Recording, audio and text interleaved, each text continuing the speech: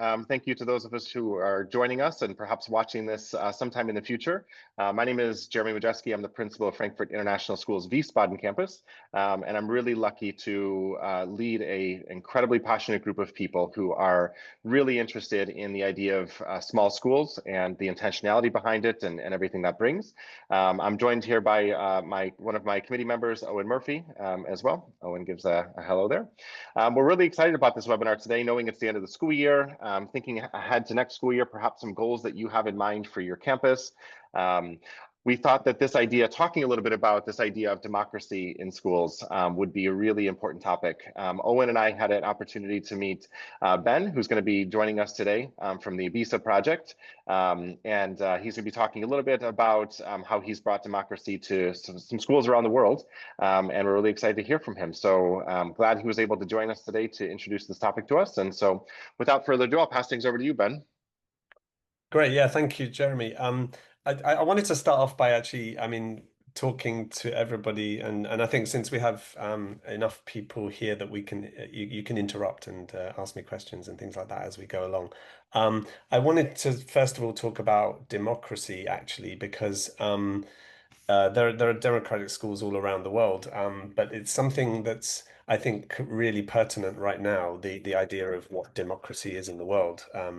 There's a lot of studies out there and research to show that there's a lot of people around the world, adults and people that are involved in direct democracy, are losing interest in democracy in the world. Back in the 1990s, in the US, about 75% of people in the US said that they thought that democracy was essential.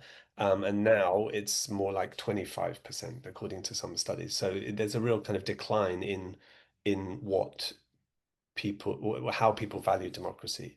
And actually, there's been some studies out there as well that say that millennials are a lot more open to strong leaders right now, as opposed to who don't necessarily need elections and things like that. So there's a real kind of mistrust of the systematic injustice of society right now. So I think it's actually quite a pertinent time to be talking about democracy in schools as well. The idea of kind of what's an autocracy and what's a democracy. So that's just a little bit of background to why I think this is important. I mean, I think it's always been important, but I think especially now in the world, it's something that we really need to talk about. Um, the I think schools are, especially small schools, because that's another conversation that we can maybe have another time, or if we find time during this webinar, is to talk about direct democracy and how that's applicable in a small school.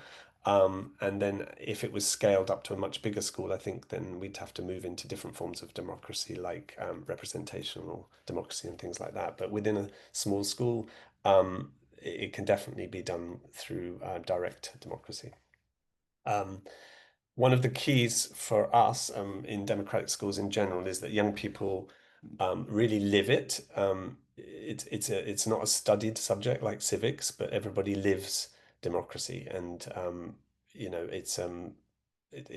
everyone gets the feeling of being seen and heard and empowered, and so it really supports well-being and inclusion, and every voice gets heard, and all the kids just know that they have the ability to make change within the school, but real change. Um, so yeah, I think that's really why I think democracy is important, but especially right now in the world. I don't know if anybody else wants to um, disagree with that, or but certainly what I'm seeing around the world suggests there's a move towards autocracy as opposed to democracy. And I guess if people want to run an autocracy within a school, that's also possible. But I think it's a lot to do with the kids as well within some schools feel that they don't have a voice, and like a real voice.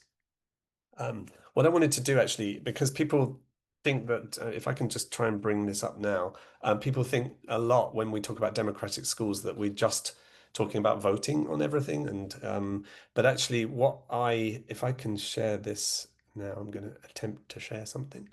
Um, uh, And I'm going to bring up this.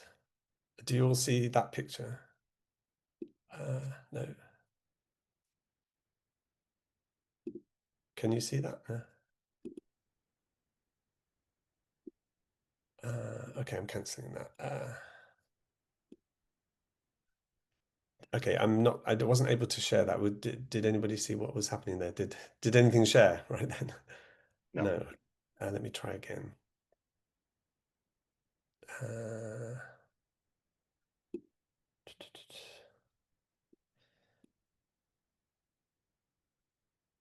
Okay, no, I'm not going to share that then. Okay, so that wasn't successful. I'm going to just ask you to imagine then, like just a picture. In fact, I can do it now. A picture of two stick figures.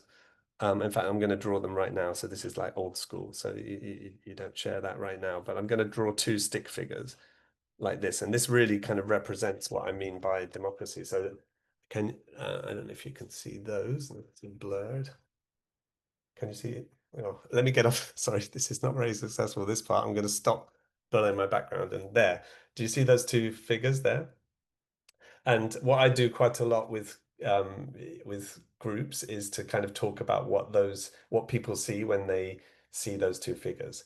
And quite often you get reactions like, what there's one person taller than the other, there's what it's a grown up and a child.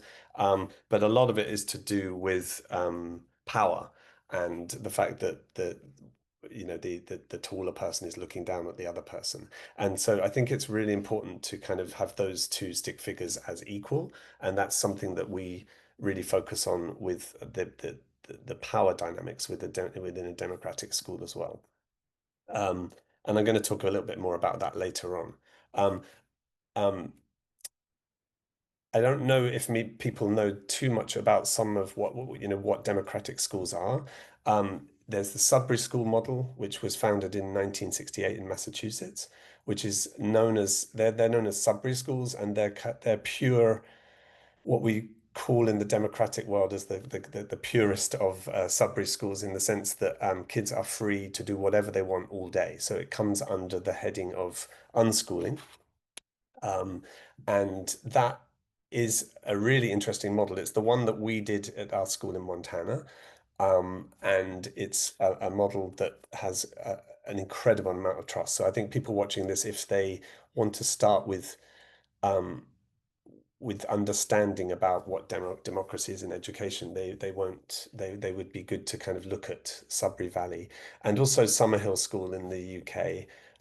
Is another school that's been around for more than 100 years and is known as the school that kind of started democracy with A.S. Neil.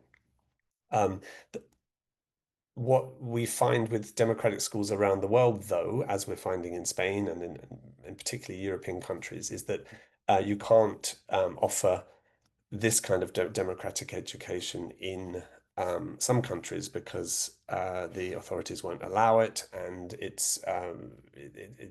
there are so many other kind of parameters that mean that you have to kind of find another model, which I'm going to talk about today as well, which involves democracy, but also has a curriculum that is more recognizable for the public and for the authorities.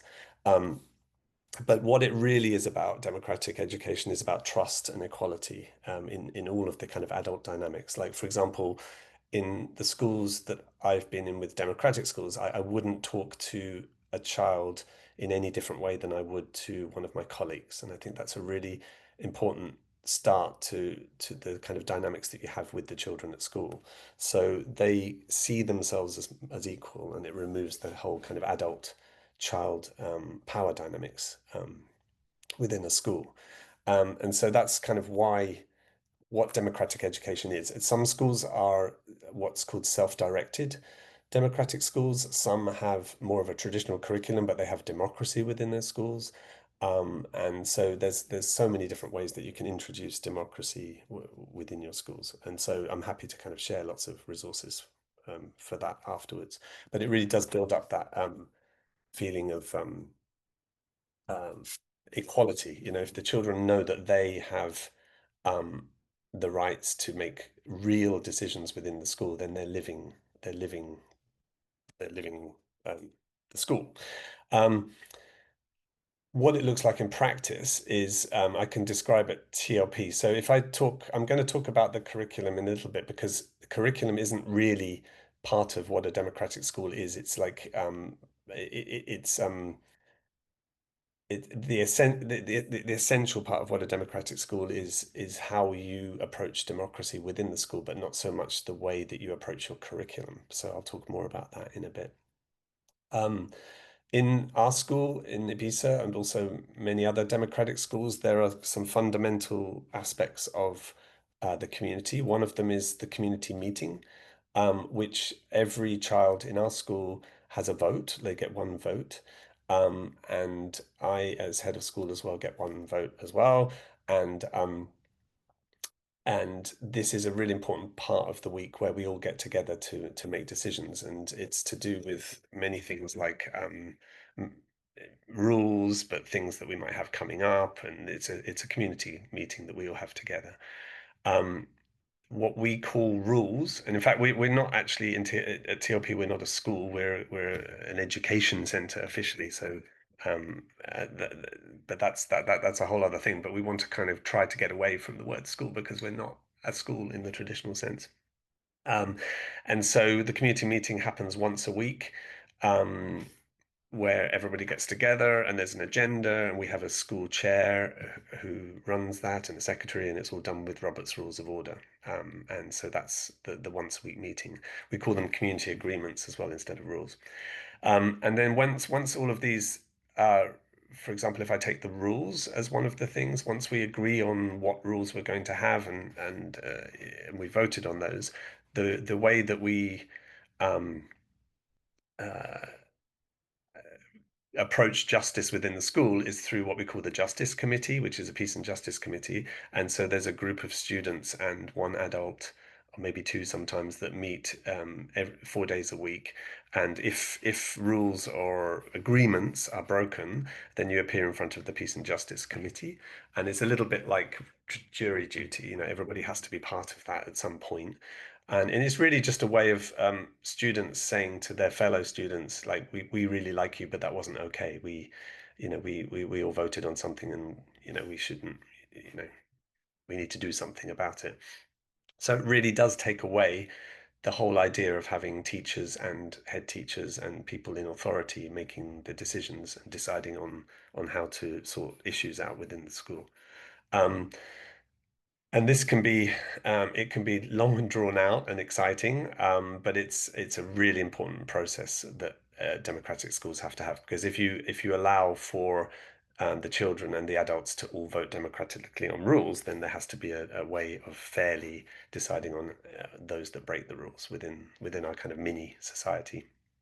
Um, and then we also have other things and other committees. So, for example, financial management committee, there's a budget within the school for day-to-day things and to do with everything from if there's a field trip needed or a 3D printer or any kind of materials, all has to be put through the financial management committee as well, which is a student-led committee as well, so that you give them complete trust in spending the money within the school as well.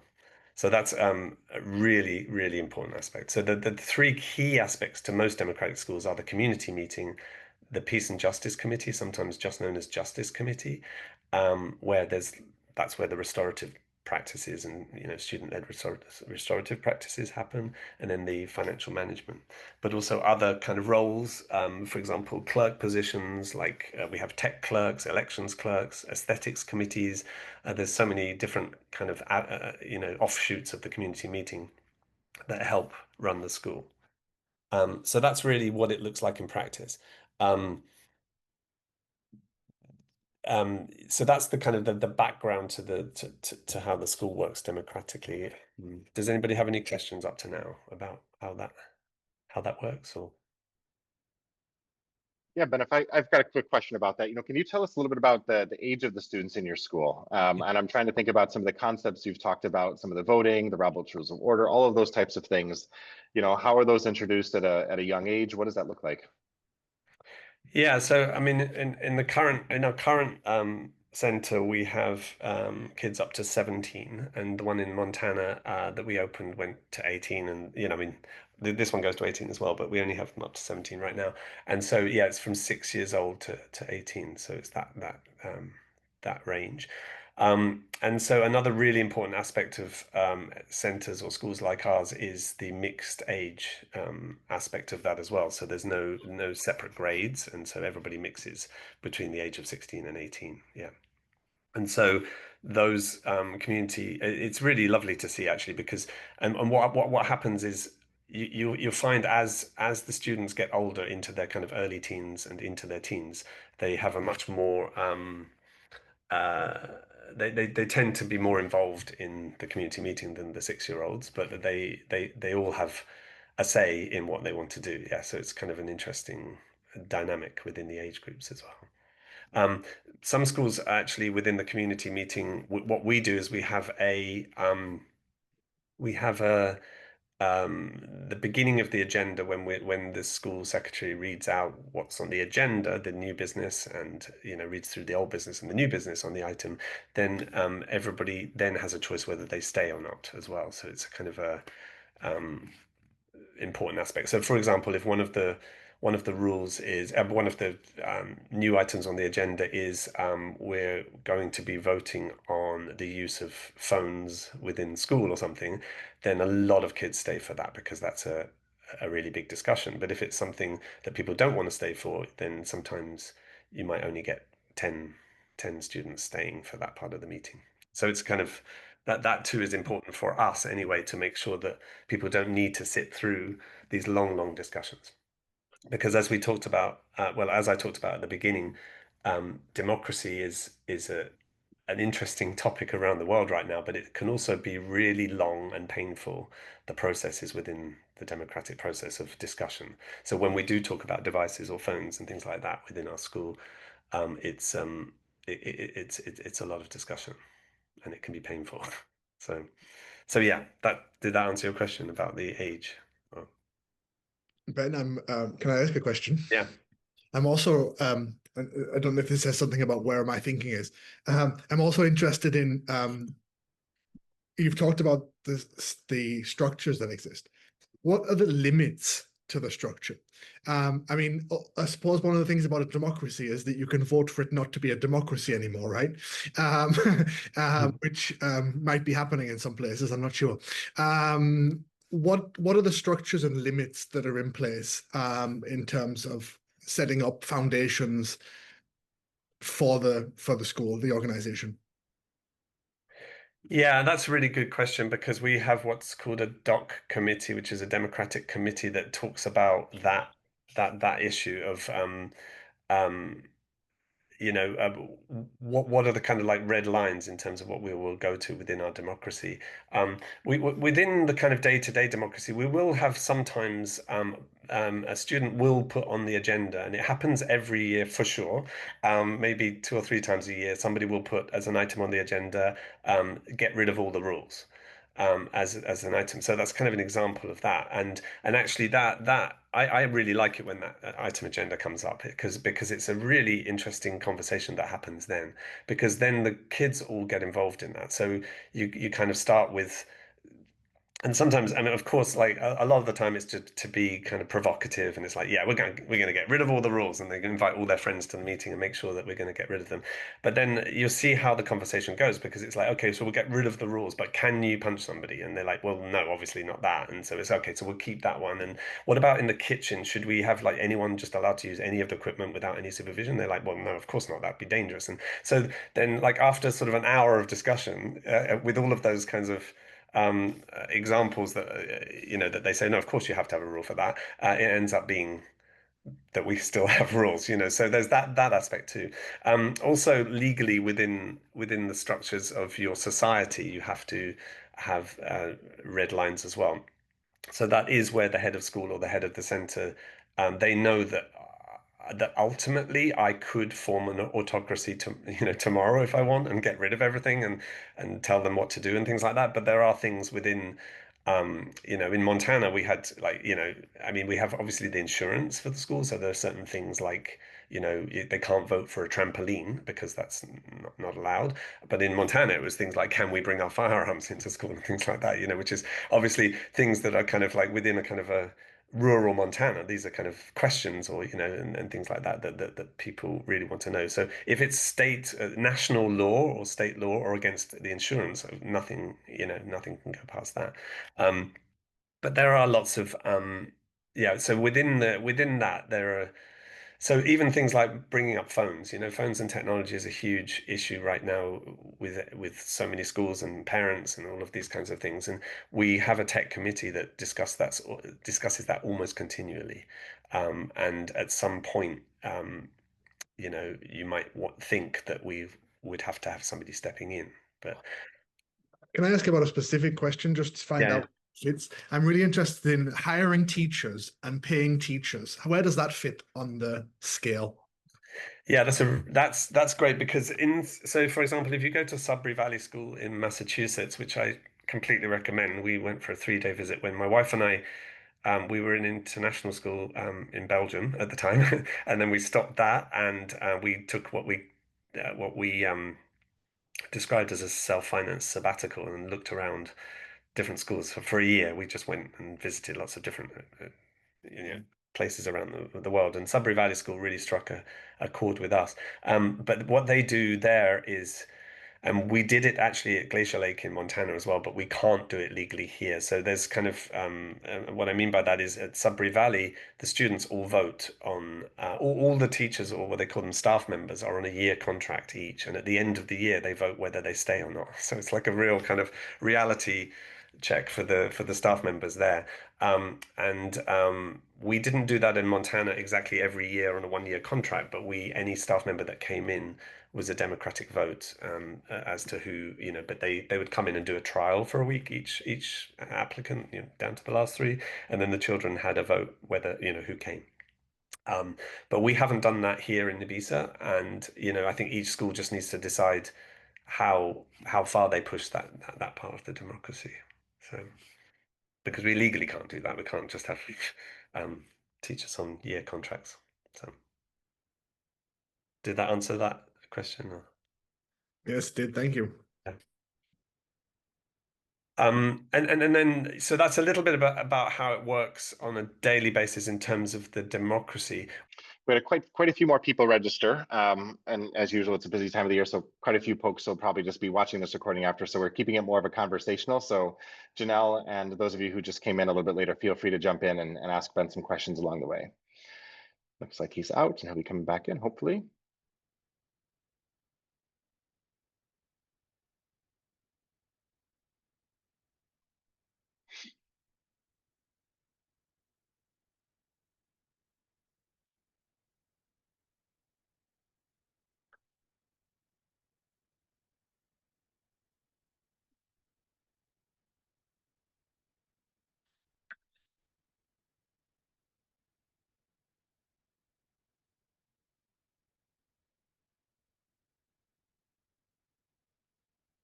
Abby, do you have any suggestions if he can't get back in? Shall we just wrap things up perhaps and then try to reschedule? Yeah, we can Has do this that. happened before? It hasn't actually, but I think Okay. maybe his Wi-Fi just dropped out because it was working fine beforehand. Yeah. I haven't gotten an email from him. Yep. Neither have I yet.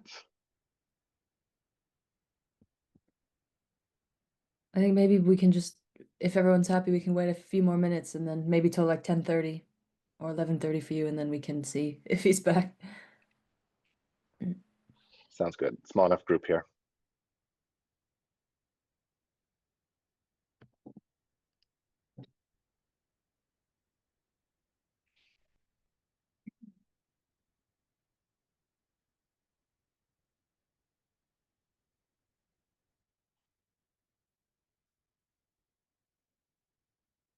Janelle, when does the end of the school year wrap up for you? Some of us talked about that before you came in. Yeah, we finish, students finish on the 27th of June. And then we have a week of Teacher Institute. So we'll finish with a raucous party on the 4th of July. Okay. I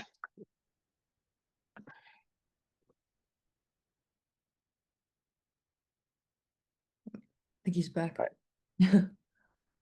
Ben, you're back. We were just getting ready to wrap things up. Yeah, I completely lost the Wi-Fi, so I'm actually connecting to my phone's hotspot right now, so I'm not sure how that. Yeah, I don't know where I was or whether we need to. What's the best way of continuing now? So.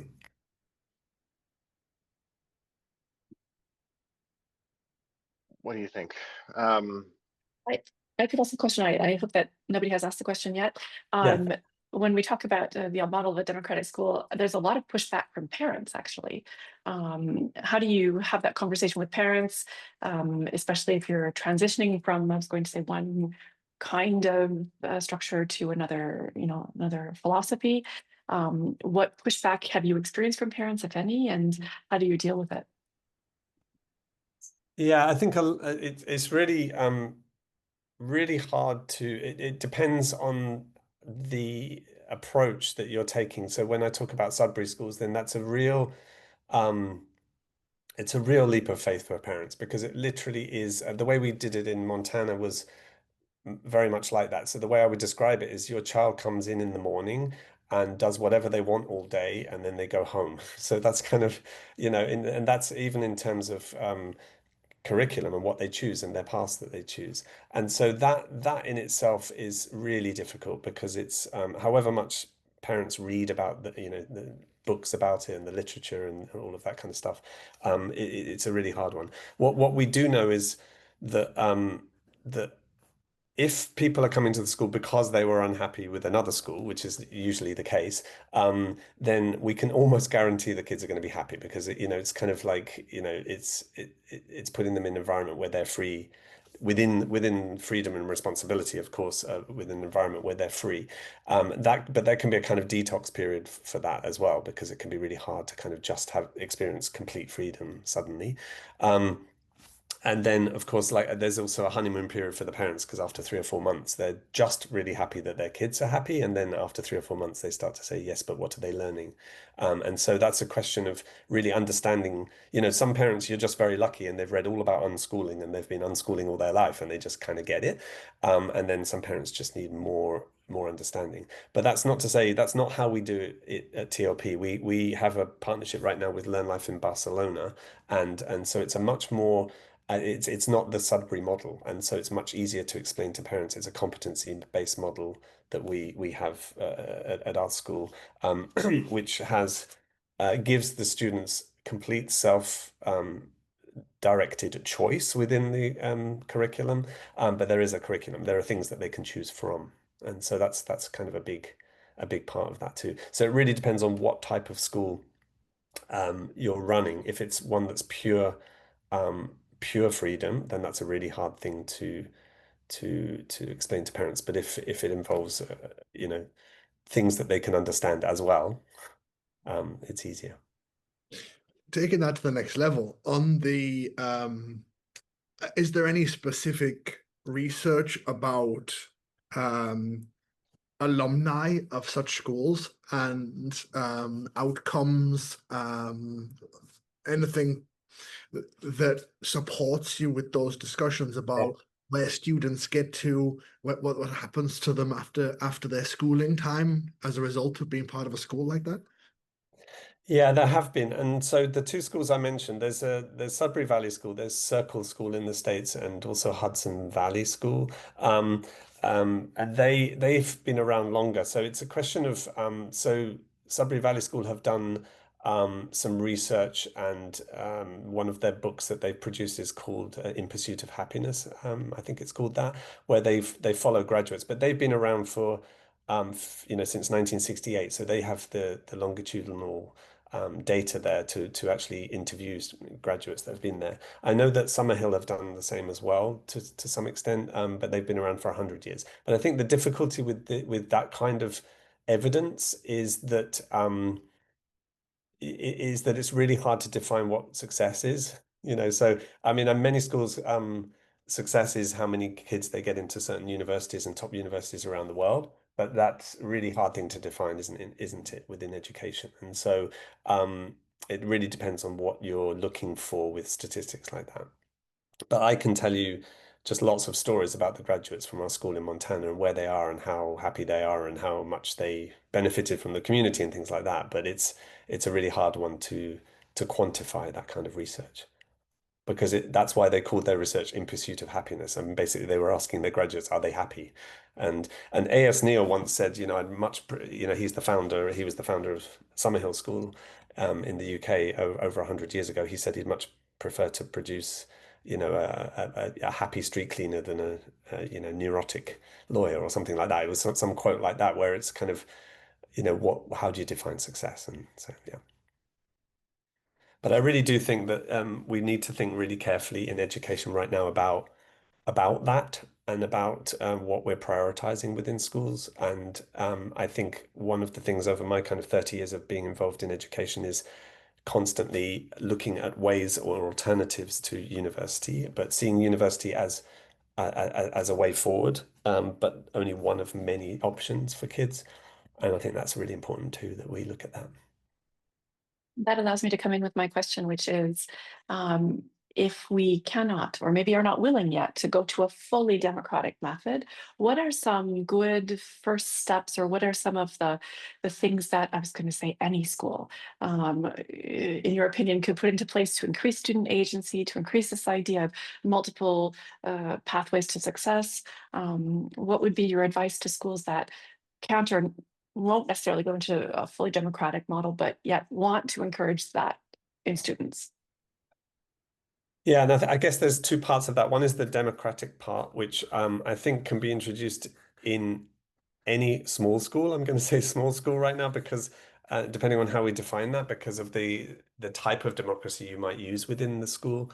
And that can be started anywhere. That can be started in the classroom, giving choice. And I think a lot of schools are already doing this, like a lot of choice within what the children are learning within a certain curriculum, but also taking, I would say, kind of take student council, or however it's described within the school, to another level, if you can. Like, look at ways to make it, if it isn't already, try to make it so that it actually is making real change within the school, not just superficial change. Because it's really difficult to judge. But in some schools that I go into, it's whichever way you look at it, it's superficial. It's things like, we're gonna elect me as student council member and I'll get a Coke machine on the 7th grade floor and things like that. And it's not real choice in terms of rules. And then I would try to set up a system within the school of similar to the PJC or the justice system, and give kids any kind of, or many infractions of the rules, some committee that is able to make decisions on what might be described as punishments, or things that you do in order to make sure that this doesn't happen again. We call them consequences at our school. So it's a question of the consequence of your action is ... So I think that would be a really good start as well. And then also financially, if you're able to within the school to set aside part of the budget, and have the kids decide what to spend their money on. A lot of people worry about that, especially with the younger kids, because they say, if you give them a budget of, whatever it is, 10,000 euros a month or something, they're just going to spend it all on candy. And, because technically that could be, they could blow their whole budget on chocolate if it's a pure democracy. But I haven't experienced that in any democratic school. If anything, kids are much more shrewd than we think with the money. So if somebody wants to buy a drum kit or something like that. We've had somebody wanting to buy one of those electric drum kits, and it was about €1,000, and that was brought up in front of financial management committee and the financial management, the community meeting, because without going into too much detail, anything over a certain amount needs to go to the full community meeting, and so financial management can approve things up to a certain amount. And so instead of saying, yes, let's just spend 1,000, the conversation then went to, we can give you 400, but you need to raise the rest of the money, to do it. So things like that. So I would give, if you can find ways of having authentic student council representation, I would advise starting with the rules, or what we call community agreements, and maybe just kind of get rid of all of them on one day. I mean, just in a kind of like a workshop session with your student council, and say, okay, so let's start afresh, and what's rule number one, and work from there. And then give them some financial responsibility. I think that would be a really, really good start. But that's really kind of the nitty-gritty. And then it's the question of curriculum and choice within what they learn. And that's going to be much harder to do depending on what school you're in, because if you're IB World School or a GCSE A-level school, then you can't necessarily give kids the choice to not do those. And then the second part to your question is just explore and create a culture within the school that university isn't the goal. But that isn't just within the school. That I think you need to start with parents on that one as well, because that's what many parents just want for their kids in university. But there are so many great things out there that I talk to parents about, and vocational routes, and getting away from the stigma of vocational routes as well, which are important. There's I don't remember what it's called right now, but it's Ewan Blair, Tony Blair's son, runs a company that, and I can't think of the name right now, but it's you can look it up, but it contacts companies to help them to contact schools to make sure that they are employing and getting people straight from schools for certain things as well. So looking at different avenues, yeah. Ben, a question I have for you. Obviously we're a group interested in small schools. So can you talk a little bit about and dive into it a little bit more about why a model like this does work well in a small school, and then also perhaps as a school grows larger, you've shared with Janelle a couple of the smaller things that schools can do, but talk a little bit about that kind of large school, small school model with this. Yeah, I think what's really important is to know every student. I mean, that's kind of the first thing. Like for the students to be known is probably the most important thing, and I think that's where for obvious reasons, small schools are in a much better position to really have kids that are known. I often say, yeah, if you can find time, which we do within our curriculum, within our kind of structure of the day, we have what we call uh, we have formal, non-formal, and informal sections of the day. And informal is a really important part of the day, which means that's the part where you can just sit down under a tree and think and dream and talk and have conversations and things like that. And that isn't just like break and lunch. That's kind of a very much defined part of the day. And that's within a small school. That's the time that adults and other community meeting members, we call them, can just talk to each other, and I can just sit and have a game of chess and chat, and or go and sit on a bench, and then kids will come up and talk to me and things like that. And I think that's why small schools are in a really good position to actually design times of the day to actually get to know the kids, because that's just the most important thing. Once you know the kids really well and their emotions and their journey and what makes them tick, then you can really help them. So I think that's a really important part of that. Did that really answer your question? I mean, it's was the question about why small schools, why democracy within small schools, yeah, works. Why And then it works, yeah. yeah, and then getting it bigger is another thing that we're exploring, and democratic schools in general are exploring, because what we do right now is direct democracy, and so that's first past the post type democracy, the majority wins. There are, I would imagine, because there aren't many, I would say the largest democratic school, or we're currently in the process of upscaling and are talking about possibly in September having 100 kids, but I think that's the maximum I've ever heard of in a democratic school, 100. And I already see that as being a problem within pure democracy, because if you're going to just all sit in a circle and vote on every rule, and have discussions about it, that's going to take a long, long, long time. And I mentioned earlier on in this webinar that democracy can be painful and slow as well, and that's part of the journey. And so I would think that democratic schools, then, I haven't seen examples of it, would need to think about different forms of democracy, like representational, much like the student council, where one person represents a group of people and you vote for them and things like that. But that changes a little bit of what I was talking about with everybody being involved in everything. But I think scale is a really big question right now, yeah, in democratic schools. But it's either a good or a bad thing that they haven't got big. I mean, it's like, yeah. So I think a really good number is about 50 to 70 kids within the community. Could you unpack? You talked about formal, informal, and I don't know, something else, parts of the day, or maybe you already did that in the beginning. Did you already cover that? No. So we divide up the day really as formal, which is that's more what you might describe as traditional curriculum, but we have a competency-based curriculum, so we do things that are called building blocks, and so I mean they fall under categories that might be described as numeracy and literacy and things like that. So that's the formal part of the day where we do that. The non-formal is very much like they do personal projects, and so that's like I guess similar to sort of NYP personal project, where that's part of the day where they're working with a mentor on a specific project that they're working on. And then informal is very much as I described Sudbury Valley schools. That's the time of the day when you are free to be or do what you want. And so many kids continue with their formal or their non-formal, or within that period of time, or they just play, or they talk, or they get on with different projects or the things that they want to get on with. So that's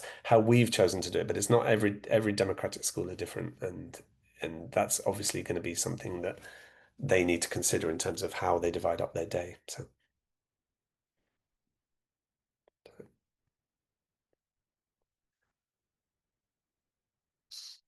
And so, when we talk about curriculum as well, that's I would recommend that people look up as well. It's a school called Learn Life in Barcelona, and some people may have already heard of them, but I would say, in the self-directed part, within the kind of constraints of what you are allowed to do within Spain or within certain countries, they've pretty much nailed it in terms of the self-directed aspect, the formal and the non-formal part of the day. They have a competency-based curriculum that is amazing in the sense that they give complete agency for the students to continue in the path in the way that they want to. But there are certain requirements that they have to fulfill within each competency in order to progress to the next level. And so that's given completely to the learner, that responsibility of doing that. But they also have a menu of different subjects and courses that they can do, which they can choose. But most of the competencies are fulfilled within much broader, what we call building blocks. So, for example, a building block that I do is one called the theatre, because I like theatre. And so it's a theatre building block. But within that, it addresses so many of the different competencies so it can be a kind of a 10-week block, and it involves maths in there too, and it involves finance, and it involves backstage, it involves obviously putting on a show, it involves publicity, writing the program, and it's just like one block that covers so many different areas.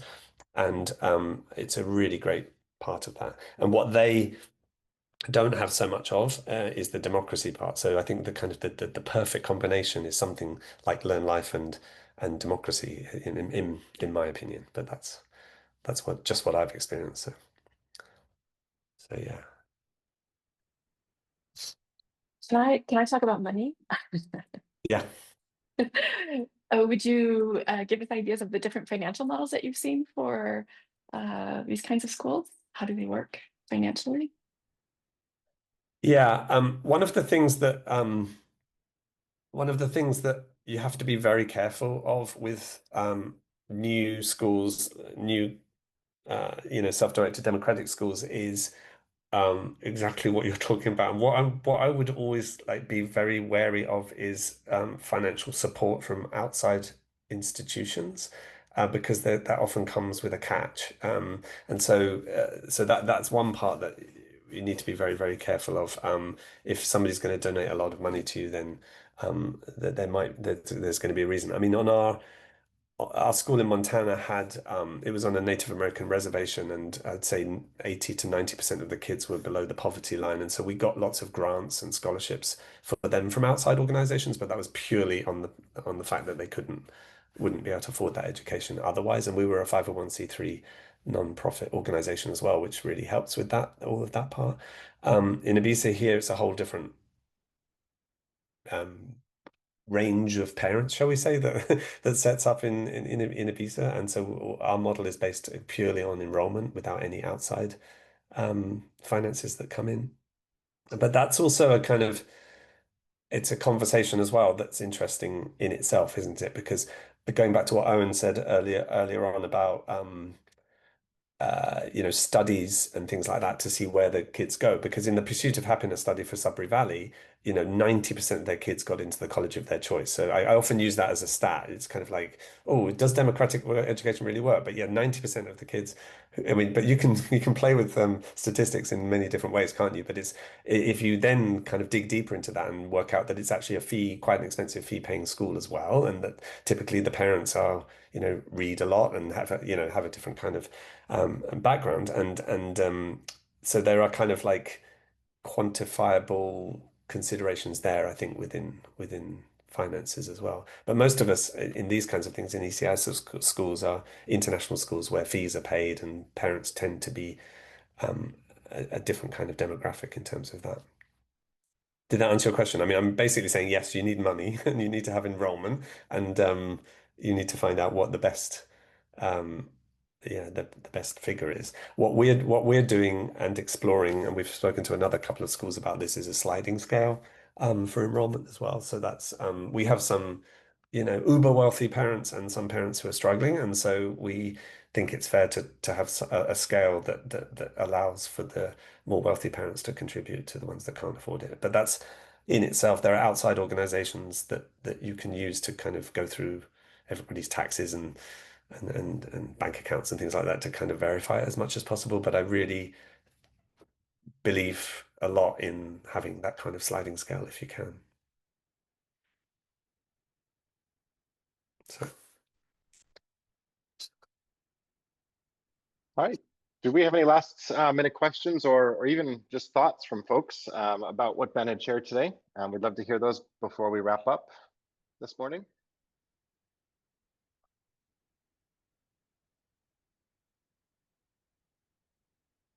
Well, I wanted to say thanks for listening. I'm sorry for the interruption in the middle. But if you do want to kind of speak to me again or know me, you can look me up on LinkedIn. And I'm actually going to be from September based in the UK for a while. So I'm happy to kind of take this conversation further.